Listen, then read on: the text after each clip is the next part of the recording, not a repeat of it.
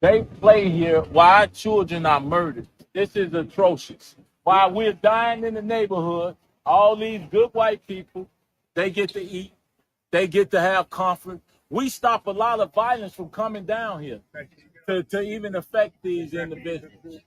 Yet these individuals, they don't give back to these surrounding 4 miles by 4 miles. There's a lot of violence going on. They continue to vote for Priska and Brandon Johnson, and they continue. Our kids are getting shot in their playgrounds while they get to eat and shine in their playground. They should feel ashamed of themselves. But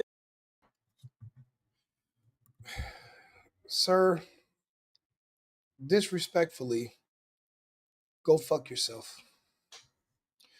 You also voted for Mayor Johnson because he's black.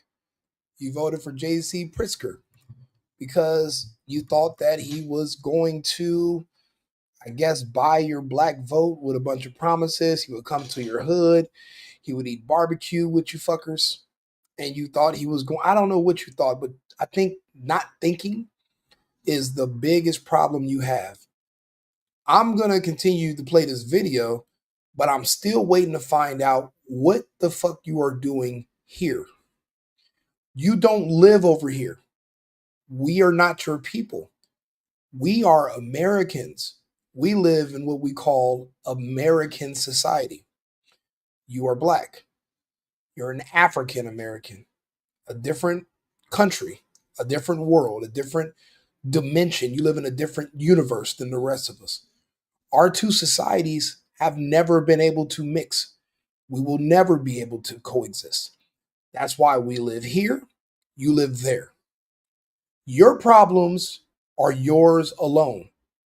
Go to where you live, speak to your people directly. Go make videos. Go tell them you're ashamed of them. Your kids are dying by your hands. These people in this neighborhood are not driving 4 miles to where you live and committing the crimes and executing you guys. You guys are literally doing it to one another. That is not anyone else's problem, no one else's responsibility. You scream about how much you hate slavery. Okay, with freedom comes responsibility.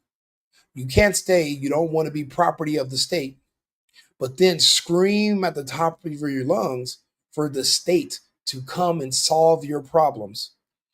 The reason I said I blame MLK is because when I read through Black American history, until Martin Luther King came around and did his tour where he turned self governing, responsible, conservative Black Republicans into state dependent Democrat zombies, the Black community was doing great. Fathers were in the home, people were employed, they owned their own businesses, they had their own separate but equal society.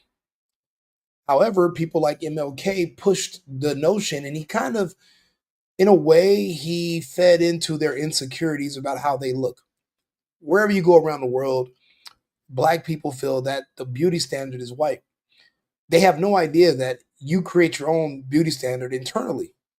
They think that everyone else controls them mentally. It's kind of like people want to be slaves. And now I'm starting to understand that slavery is just a part of the human dynamic. Some people want other people to tell them what to do. Some people want someone to tell them how to live, when to eat, where to go, where to work, how to solve their problems. This is an adult, grown ass man screaming at strangers who don't know he exists and don't care that he exists. Strangers that have nothing to do with him in his world. He's jealous that they can sit there and have conversations and do a beautiful lunch outside. He's envious of the fact that they're well behaved. They take care of themselves. Their kids are not running around shooting each other. He's jealous and envious of that to the point where he actually is going to drive to them to shame them about what the hell him and his people are going along. Sir, you are free. You are free as a bird. You don't have to come over here and ask these people for permission. Go solve your own problems. That comes with freedom, is responsibility. You are responsible for your people. You're the man. If you can come down here and make a video and shame these people, then you can go to your neighborhood and go shame the YNs and the people committing the crimes and see how that goes. You're hoping these people will have a sympathetic ear. My question is, why should these people in polite society care more about what's going on in your neighborhood than you do? Answer me that question and we can talk. They don't, because they don't even value the black lives don't matter in Chicago. Black lives have never mattered in Chicago. We've been dying in Chicago since I was born. The 90s, we had 1,000 shootings and murders. And I want all you beautiful white people to understand that anytime that Brandon Johnson and J.B. Pritzker say that violence is down, how you feel? Oh, it's 800 shooters. Oh, it's 600. What if it was your child that was murdered? Would you think violence was down? Our government released prisoners back on the street to violate the community.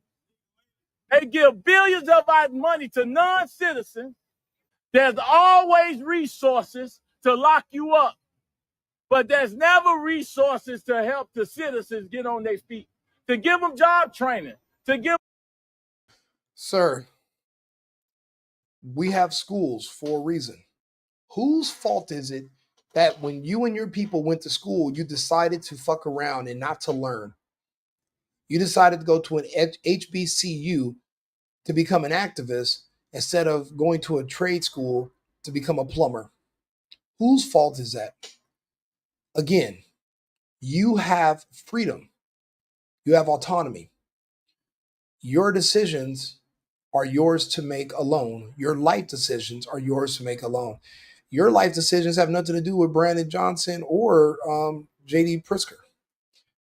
You could actually have moved yourself to another state or to another city away from black people, and your kids could have lived. They could have stayed alive. The problem is, it might be something within your children.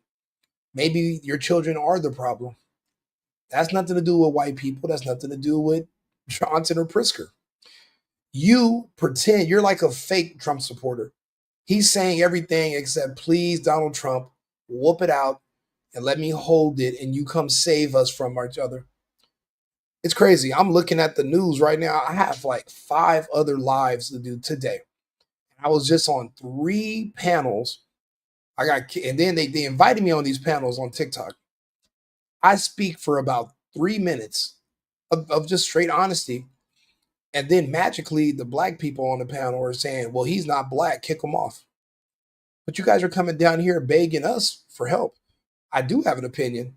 You're coming to my neighborhood where I live, and you're crying about the crime and about the death and the black life. Your black life does not matter more to me than it does to you. It shouldn't. You're not worried about my life. You're not worried about what I'm doing. It's nothing to do with me. It's nothing to do with these people. You know how pissed I would be if I'm sitting down trying to enjoy a nice Caesar salad on a beautiful sunny day. And look around, look where they're at. They're in Chicago, right? What's one thing you notice in this frame? Police. See, in polite society, we love police. We love them because they keep people like him and his citizen, him and his society, him and his citizens, him and his community. Police protect us from them. There's really no other use for the police in modern society. The only thing police are really good for are protecting Americans from Democrats. Think about it. He's not even a conservative Republican, but he's a Democrat. He's going to vote Democrat next time. And he's screaming at the top of his lungs for conservatives to care about Democrats literally harming other Democrats. So you want us to come up with a solution to keep you guys from hurting each other. What sense does that make? In what universe do you quantify that where it's like, you know what? It's actually a really good idea. Why should we care? You're free. You want it. I remember the George Floyd riots like they were yesterday. You guys screamed that you can police yourselves, you can govern yourselves. My suggestion was okay, move to another country, start your own society, but you won't leave. Okay. Well, then we can pull out. You don't want police. You hate police, right? Police are racist. Okay. The laws are racist. Well, there's no police there. We will, there's no one to enforce the laws. Well, laws, if it's a, if it's, if the, and the person who did the killing is black and the person who died is black, enforcing that law is racist. Fine. You guys want rapists and murderers in your neighborhood? Okay, we'll pull the police back. We'll just keep the police in our nice areas and nice American, conservative, traditional areas. And you guys have at it. Good luck. And now you bring your happy ass way over here to cry in the street about how we don't care about you. We are not your parents. You are not our children. You're an adult. That whole mentality where white people are the parents and black people are the forever children that are like mentally ill, so the kid has to live with you forever and they can never grow up, become an adult, pay bills, and kind of live in their own society. That's a problem. It's like a permanent class of dependents who will never grow up. Peter Pan syndrome is, I think, the clinical term. This man is literally screaming, and he keeps bringing up that these people are white. He wishes he was white so bad. Oh, Rico, you must wish. Listen, that's only thing. Only people that say that are black people, because in their minds, black white people are superior. I'm Cuban. We've never seen anybody as being superior to us. So I just want to be an American. I like being an American. I chose to be an American. I live in other countries. I still keep my American citizenship. People like Tyrone Muhammad hates being an American. There's nothing about American society that he pretends that he thinks he's a part of. He thinks he lives in his own separate society. But now you're coming to beg Americans to come stop you from hurting each other. That's ridiculous. You should be able to control yourself and your own people. And if your people won't listen, you cannot get mad at us for putting them in jail.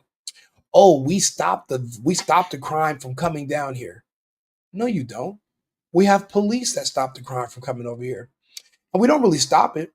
The crime comes and we take the people and we put them in a box, either a box with metal bars or a box made of pine. That's what happens when you want to bring the crime to these neighborhoods. You, Mr. Muhammad, you're not stopping anything. You're actually just an annoyance. Once you're done annoying us while we're eating our Caesar salads, you're going to go back to those neighborhoods and you're not going to say a thing to your people about changing your behavior. Matter of fact, if the first step is tell your people we're no longer going to be Democrats. Once you become a Republican, once you become a conservative, then you realize it's not the government's job to save you. It's not the state's responsibility to feed you. It's it's the government's only thing they can really do for you is just get out of your way. That's all conservatives want. We just want the government to get out of the way. We want it smaller. We will take care of ourselves. We will take care of our families. We're not depending on the state for everything.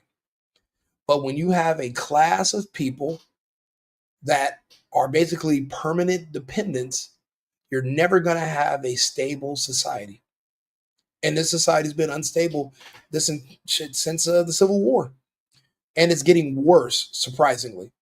There was a short period of time where it was getting better, and these people hang on to 100 years ago. I wouldn't be surprised if he brings up Rosewood and Black Wall Street, two stories that were complete fabrications, and it's just it's like the movie Django for them. It's they fantasize about hypothetical situations and people, And that's their excuse for why in 2025 something happened in 1925 is why in 2025 you're still running around shooting each other like that. That doesn't add up. But that's one of the things they bring up all the time. It's a huge problem. Better education. It is so sad that tourists can enjoy downtown better than black children. For one, it's too expensive to even park. Our government gave the meters away. Did y'all know that? Y'all know our government gave the meters away? If the government gave the meters away, why we keep paying for them? We like puppets and slaves.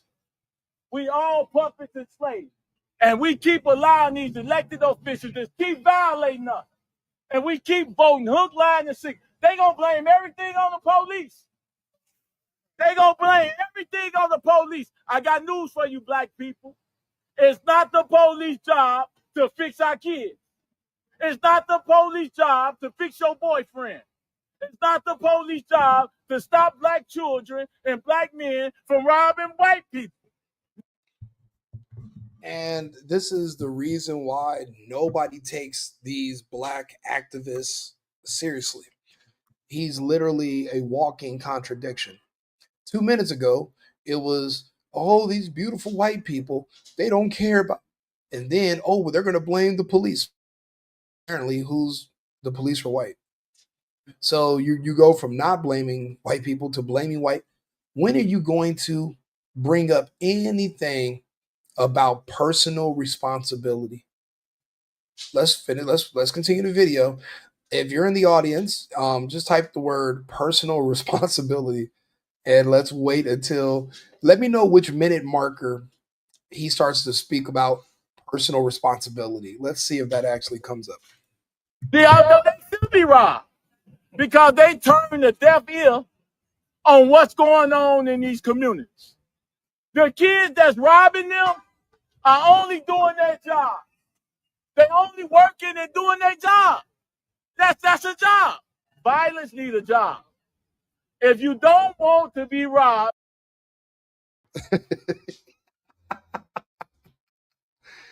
Bro, hey, listen, black people are hilarious. Did he just say crime is a job? Yeah, so is law enforcement. And so is putting you in prison. That's a job too, and you cry about it. But I guess people don't like their jobs. I don't know. Like, yeah, you're making it seem like you robbing me is really your detriment because you're going to get caught and you're going to go to prison. And in prison, you're going to have tons of sex with men. So you're not really hurting me. I'm still free. I'm alive, right?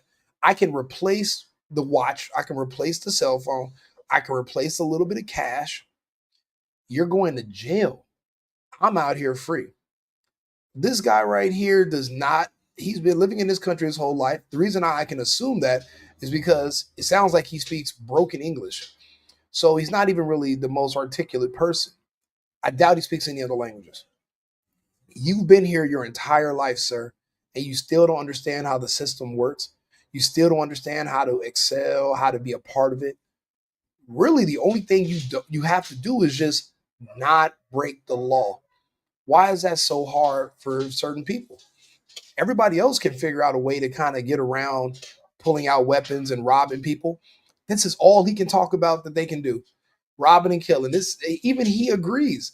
He's not saying that the range for black people is he's admitting all they can do for a job is rob and do crime. But people are supposed to take you seriously and think, oh yeah, I want to be around him. We don't want to live around you. We don't want you living nowhere near us.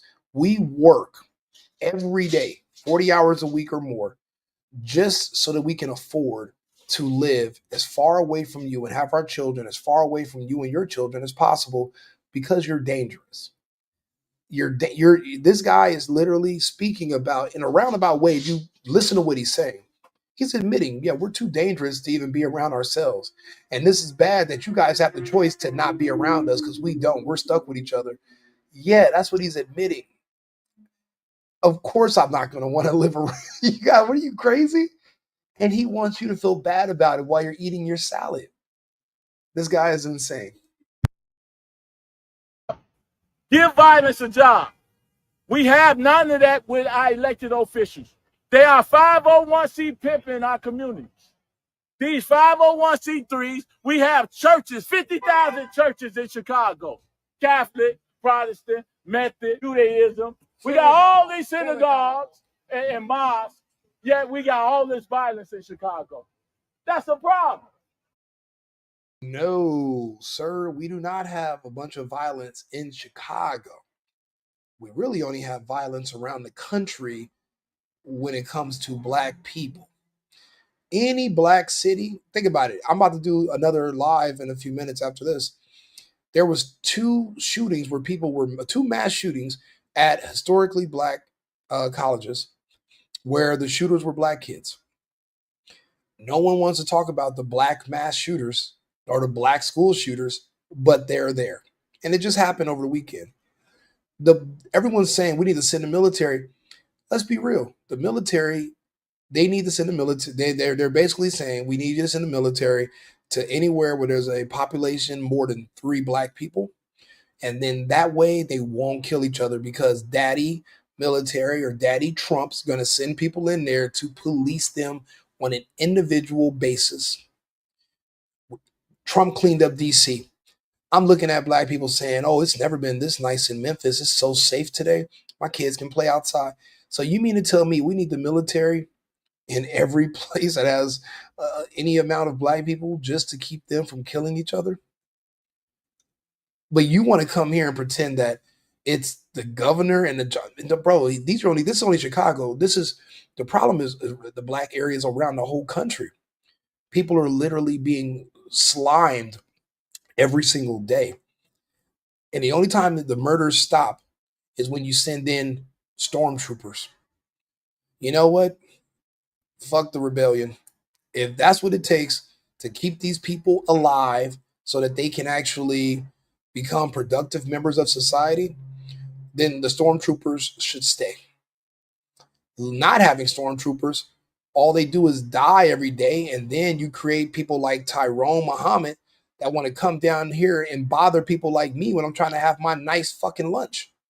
If that's what it's going to take to stop this guy from having to come over here screaming and annoying me, then we'll keep the stormtroopers in the area and we'll do what we can to deter them from killing each other every day.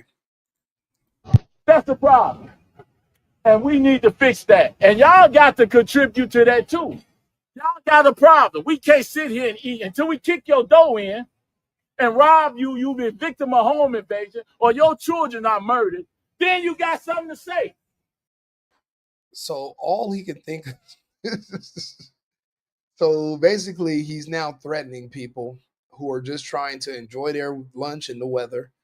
He's threatening them because they don't want to come give him a hug. That's all these black nationalists, all these black supremacists. That's all they really want. They just want somebody white to give them a hug, pat them on their head, tell them they're a good boy. It's like they love everything about subservience and slavery, and they treat these people like they're superior. They love everything about slavery except the labor part. It's like, you were gainfully employed back then, and you had a master that loved you and would hug you and pat you on the head. Now, if you think they want to come hug you and pat you on the head, you don't even want to work for them no more. They don't want to hang around you and talk to you, but here you are coming back around the white people. You have your own black areas, but a black mayor, and you can live in your own black utopia.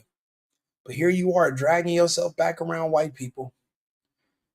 Want to be a slave just without the labor. I can't. We all got a responsibility. Every day we got to worry about when our women and children walk the street, are they going to be shot? Every day. Every day. It's not the police job to protect our kids in our neighborhood. It's not their job. It's our job. It's amazing that you'll get this level of police response out here for some community leaders that come out and just say they want. I reject that term. I spit on it. There's no way these people are community leaders or community servants. Where have they led their community to? To hell. But they won't take responsibility for the state of their community. That's why they're down here crying to strangers in another part of the city that have nothing to do with them. They're down here crying for attention. These people, you have your own areas. You said you can do self governance. You said you can do self policing. We're bringing in the military now to hopefully stop black kids from killing each other. Even if it temporarily puts a stop to it, those kids get to live a little bit longer. Say thank you. I'm not hearing enough gratitude from the black community. That's why I'm not going to say, yeah, we should be doing more. No, we've done enough. So many social programs, so much government assistance. And all it did was just created a class of dependents. This guy is all scatterbrained. He's all over the place with his arguments and his points. And at the end of it, all he can think to do is go back to making threats of violence. This is why we don't want our kids around you. This is why we don't want to live around you. But this is why we work. We're conservatives. We take care of ourselves. We don't want to have to live by you. Think about it. Who doesn't want to pay $300 for a 2-bedroom? But you got to go into the worst, most dangerous parts of any American city, and you can find cheap rent. I'd rather pay thousands than to have to live around people who are so frustrated with themselves that all they can do is threaten you with violence because you don't want to pay attention to them. I'm cool.